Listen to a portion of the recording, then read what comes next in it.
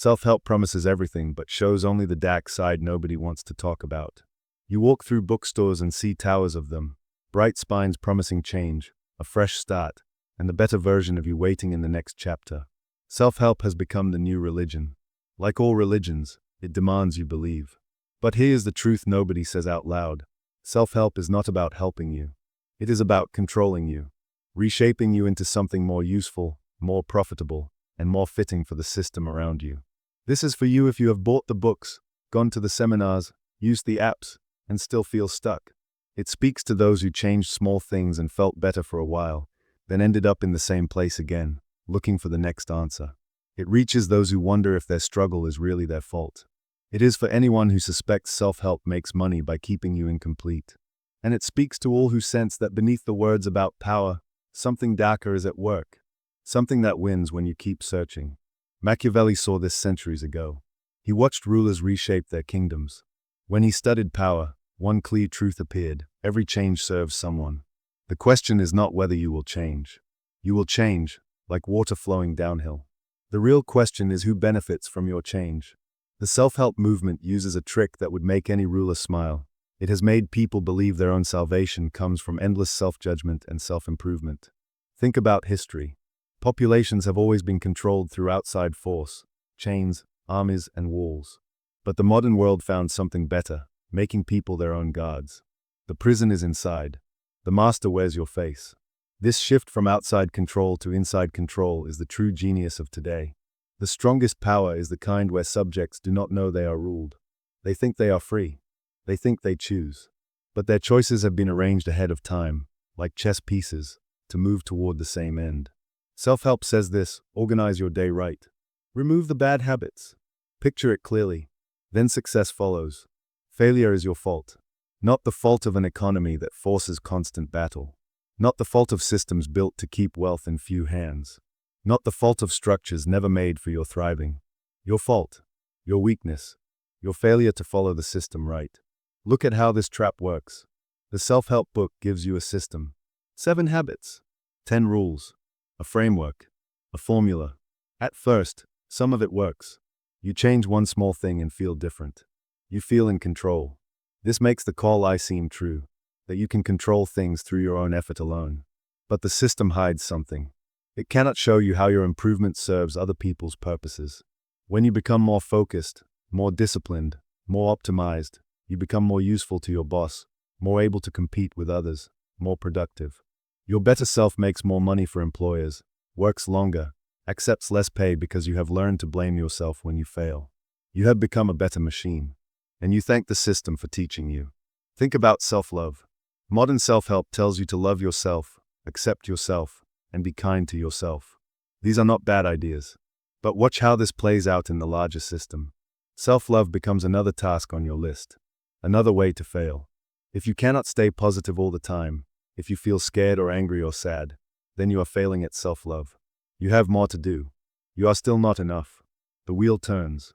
You look for the next framework, the next teacher, the next system. The dark side of self-help is not that it asks you to improve. Getting better is normal. The dark side is that it cuts improvement off from everything around it. It tells you your situation comes from your thoughts, that your outer world mirrors your inner world. But this is backwards. Your outer world shapes your thoughts far more than your thoughts shape your world. A person working 3 jobs cannot think their way into free time. A poor person cannot meditate their way into wealth they inherited nothing. A person facing unfair treatment cannot think positive about systems not built for them. Yet self-help keeps telling this story because the story is useful. It is useful to people who already won. They can say their success came from their own smart thinking, their own good habits, and their own strong will. It is useful to the industry because it never ends. You can never fully arrive. There is always another level, another practice, another system to learn. The finish line moves every time you buy something new. Here is what gets hidden by the self-help industry. Freedom is itself a luxury only some can afford. The idea that you can become anything you want through your own willpower alone is only available to people already set up to win. Everyone else sees self-help as a form of cruelty disguised as help. It blames the struggling for their struggle. It punishes the victim while pretending to lift them up. As Machiavelli understood power, so you must understand freedom. Freedom is not the lack of limits. No such thing exists. Freedom is the right to choose which limits apply to you. A rich person can follow their dream because they still face limits, but they choose which limits apply to them. An artist born into money can claim to live poor while keeping savings hidden away. They have safety nets, which poor people do not have. A person born rich can talk about the power of right thinking while never testing it against real need. Those who sell self-help books make money by turning your desire into products you must buy. Before, people saw their limits as coming from where they lived, their class, and their situation. Now people see their limits as personal failures. This change did not happen by accident. It was built, and it helps those who sell the answer. Think about social media mixed with self-help ideas. Showing your life getting better, before and after photos, stories of change, proof of success, becomes a performance. You are not improving for yourself but for people watching. You are shaping how you look because self-help taught you that your worth is measured in what you produce, how you look and what you achieve that can be counted and seen. This is not freedom. This is a new kind of servitude where you gladly show your own chains. Watch out for those who make money from your sadness. This has always been how power works. A ruler does not want you happy because happy people do not buy new things or new answers. They do not use endless products. They do not share their change stories online. They do not tell others to try the system. Your happiness breaks the market. So self-help keeps you always wanting, always reaching, always one purchase away from the final answer. The most dangerous part of self-help is that it contains some truth. Focus helps. What you think shapes what you do. Your actions follow your goals. These are real. But self-help takes these real truths and extends them too far. It claims these things are enough by themselves. It promises that if you improve yourself enough, everything will change. Personal improvement alone cannot overcome systems working against you. The teacher who says your thoughts create your world has hidden a cruel idea inside a kind one. If your thoughts really created your world, then poor people chose to be poor through bad thinking. Sick people chose sickness through negative thoughts. People treated unfairly chose it through their own minds. This is the cruelty. The person struggling is blamed for the struggle. The real systems causing the problems stay invisible. Nobody examines them. Nobody blames them. The person in chains believes the chains are their own doing. Perfect control means the prisoner blames themselves for their chains. In studying how rulers hold power, one truth stands out.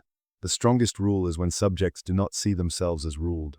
Self-help has done this better than any king. It has built a system of control so smooth it feels like freedom. People pay for their own cages.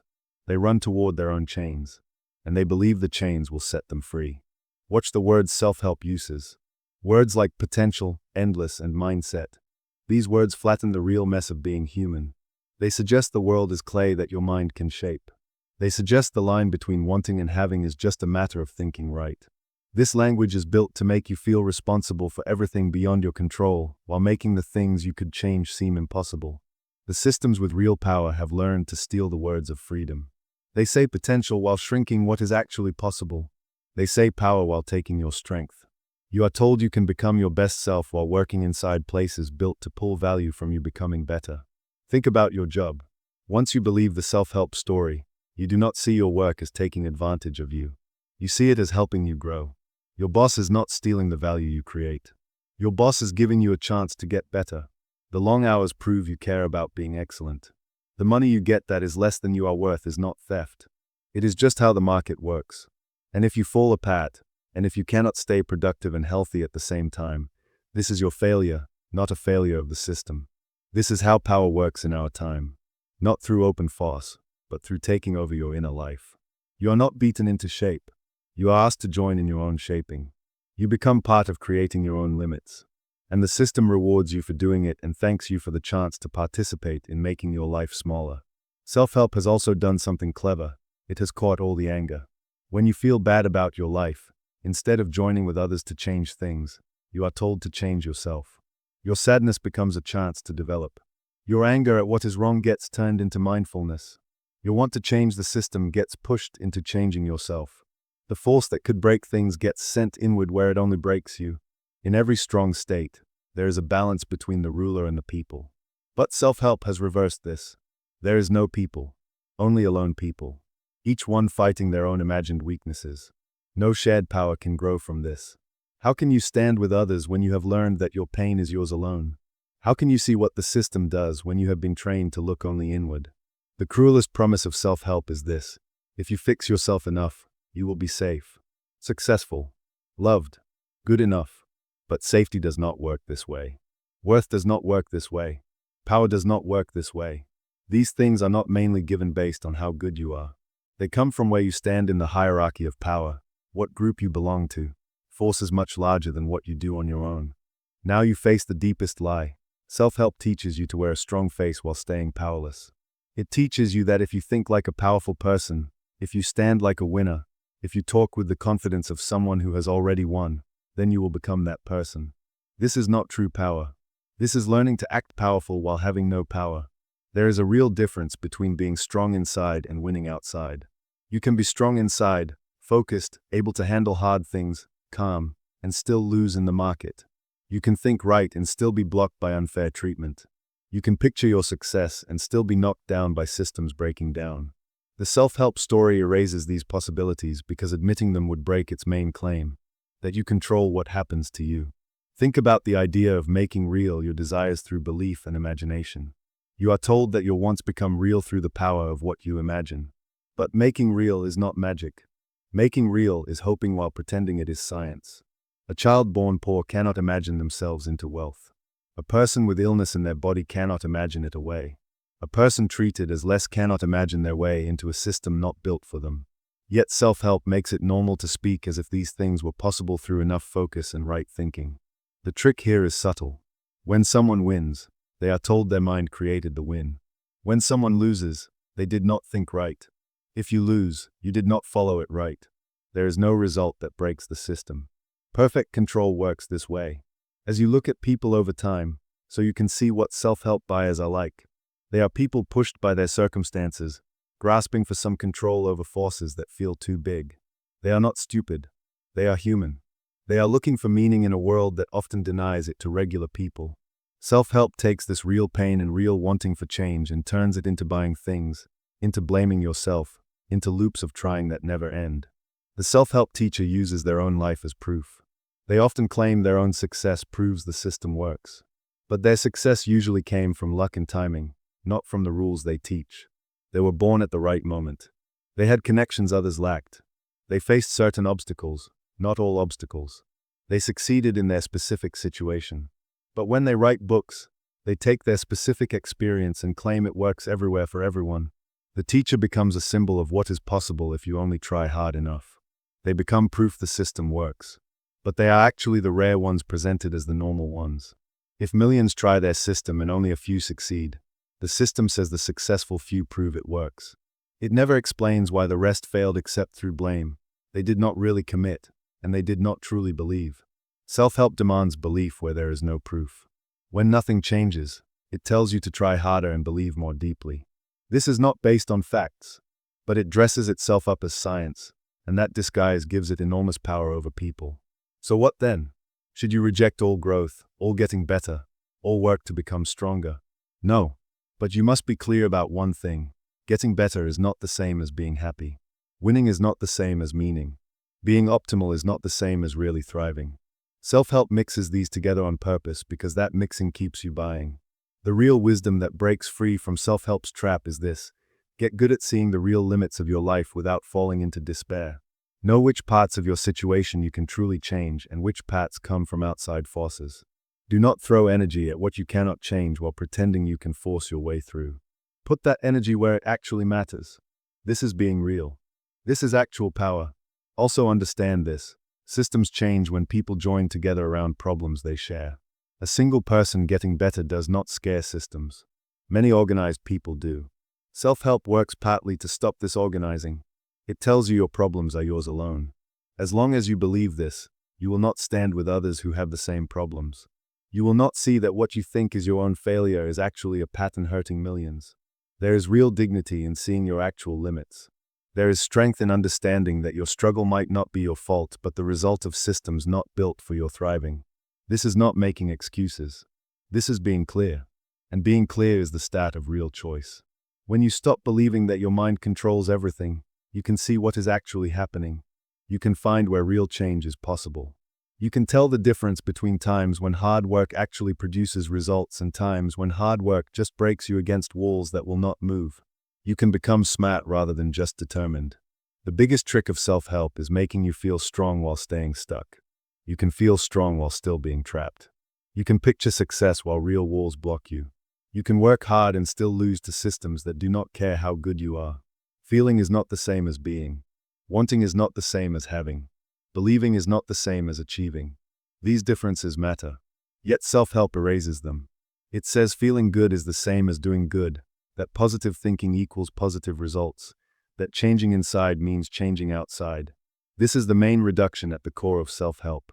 It reduces the real mess of being human to the simple idea of individual psychology. You are more than your psychology. You live inside systems of money, power structures, histories, and forces that shape what is even possible for you to become. These shape you much more than you shape them through positive thinking. To say otherwise is to refuse to see what is actually real. The answer to this trap is not to give up and be bitter. The answer is being real and acting smart. Look at your life truthfully. See what you can actually change and what you can't change. Work with others who face the same limits instead of thinking you must win alone. Call for real system change where individual effort is not enough. And yes, build discipline, set intentions, get tougher. But do this knowing these are tools for living within your limits, not magic for escaping them. The dark side of self-help is that it promises you can become anything while really training you to accept the world as it is. It offers freedom while building control. It speaks of possibility while making choices smaller. And it does all this while making you thankful for your chains, convinced that the chains themselves are the way to freedom. This is the trap. Now that you see the trap, you must choose what you will do with that sight.